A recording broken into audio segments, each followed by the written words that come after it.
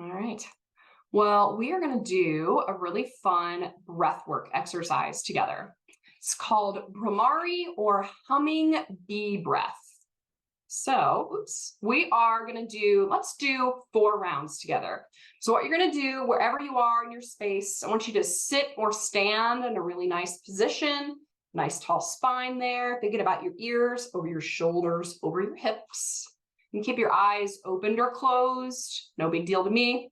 And since we're not in a space together, you can close or keep your ears open. If you're in a group in person, it can get really loud. So sometimes I tell people to plug their ears. And we're going to take an inhale through both nostrils and exhale, sigh all your air out through the mouth. And then we're going to seal our lips, inhale through the nose, and we're going to hum all our air out through our nose. It sounds something like this. So let's do 4 rounds together, just like that. You might notice a little buzzing or tickling sensation in your sinuses or in your face. You might notice some different space in your brain or in your body. You can just gently blink your eyes open. And I would love to hear from 2 people how that experience was for you. What did you notice? I actually felt very in my body. I hold a lot of stress in my jaw area, and this helped me to release all of that in a very quick way, which is very nice. This is a fun tip and trick to have. Awesome. Good. I'm so glad to hear that. Yes, I felt similar to Veronica. I think by the 3rd breath, my shoulders relaxed, and I carry a lot of tension in my shoulders without realizing that they're tense, and then they kind of just dropped at some point, and I was like, I didn't even realize I was holding my shoulders up. Yeah, I had exactly the same. I felt some other muscles in my body relaxing, which is something I did not expect, especially even in my on the lower part of my body. So I was like, oh wow, just by breathing, this just happened. Oh, I love it. I love it. This is like one of my favorite breathwork practices that I share with anyone that I can because of all the reasons you all just mentioned. So some of the benefits here, just so you're aware, if you are regularly practicing this humming bee breath exercise, this breath practice, it can help improve your sleep quality. It obviously can calm your mind. It can be a great anger management technique. I have used this in my car during traffic with my eyes open, and boy, let me tell you, it was helpful. And as you mentioned, Veronica and Delaney and Julia, it can release that tension. Obviously, it's cerebral here in your head, in your face, but really the main 3 places we hold stress commonly that I see physically in folks is in their jaw, in their shoulders, and in your hips or your lower body. And so it's really interesting that 3 of you noticed that and noticed an instant change because it can actually release that tension that quickly.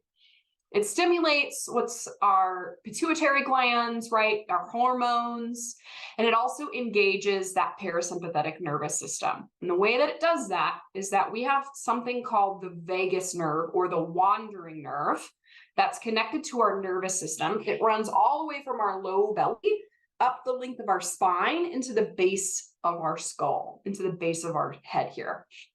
And it basically sends a signal from our low belly up to our brain, like, hey, you can go into rest and digest, you can chill out.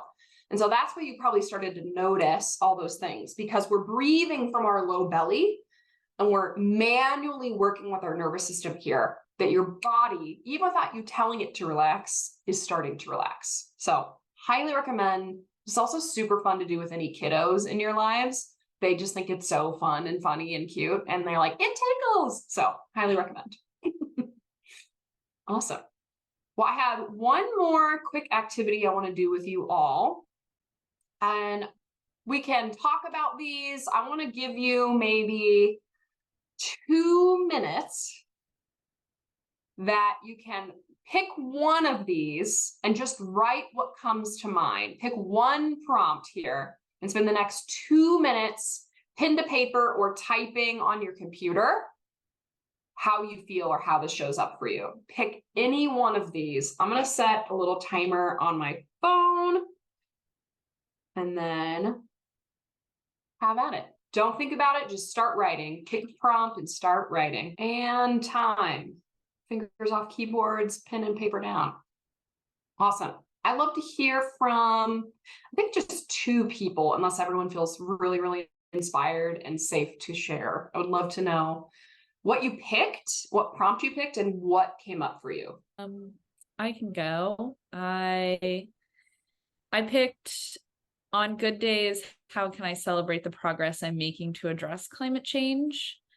Because I did this recently, of being able to have a success in my work that was addressing climate change, and some stuff that I did to acknowledge that. So, of making space for myself to externally acknowledge that success and that I earned that success, and making promises to myself and following through on those promises. So on Friday, it was really hot, but I was really looking forward to getting outside. And so I stopped my work and I went on a bike ride, and I was fully present for that entire bike ride with myself.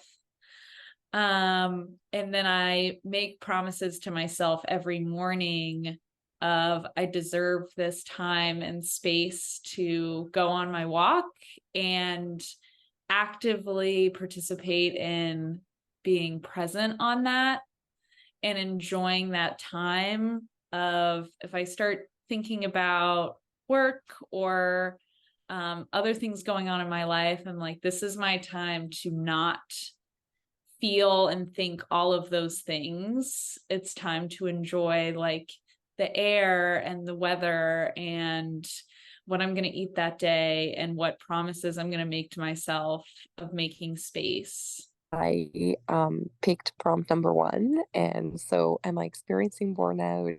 And if so, what stage am I at in? And yes, I it felt so nice to put it down, sort of like pen and paper, and just personally internalize it and then externalizing it again, and sort of going through every single stage of how that experience is right now in my life, and how it is affecting especially my personal relationships with people that surround me in a way that it's very toxic and very wrong for those people to be affected by my own like stress and burnout, especially the way that my anxiety is externalized in a lot of anger or kind of blaming others for my own feelings. And yeah, it felt so good to put it down and realize that I owe like maybe some apologies to people, because it's not about like myself all the time. And yeah, it just makes you realize how many it made me realize how many aspects of my life burnout is affecting.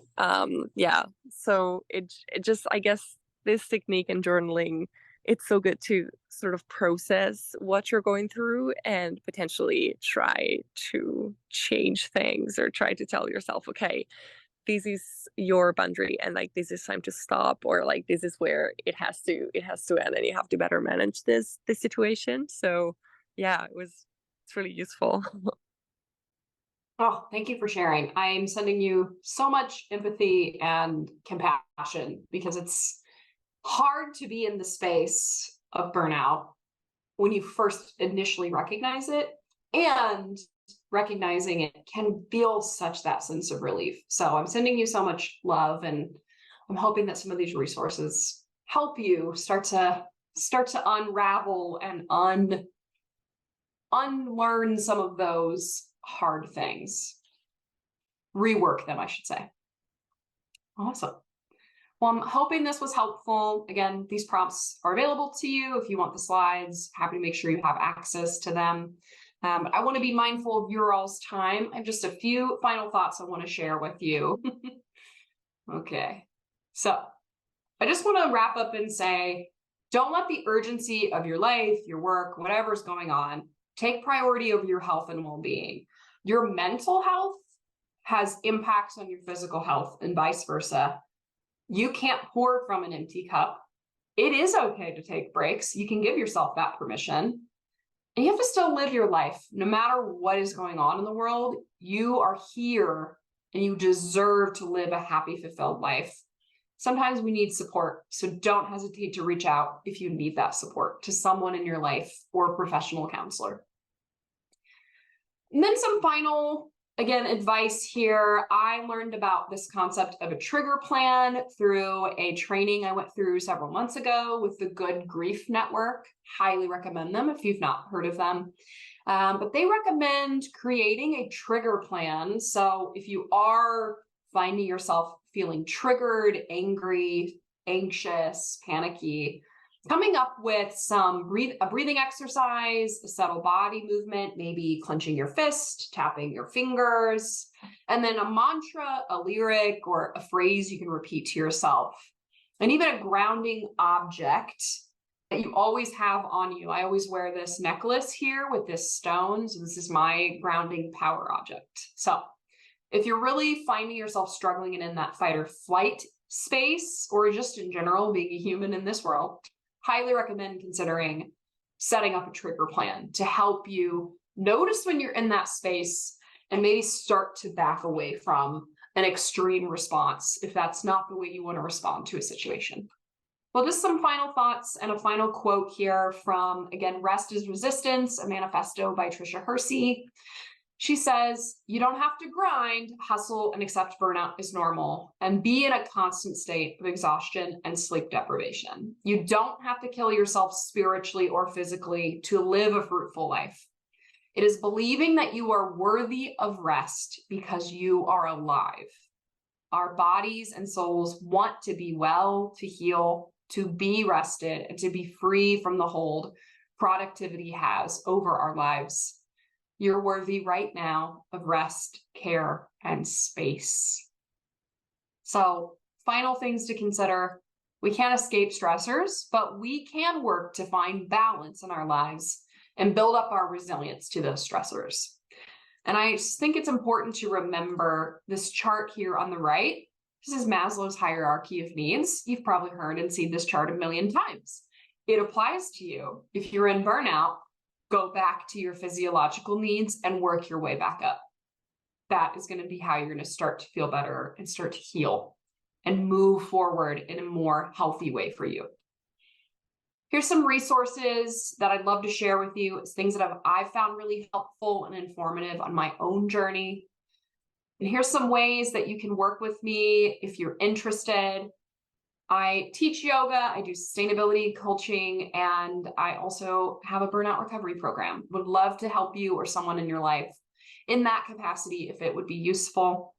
But thank you for your time this morning. It was so great to meet you all, and I just super appreciate you. And I hope you found something you need, just one thing you need today to walk home, go on to the rest of your week, and feel more in alignment with who you are deep inside.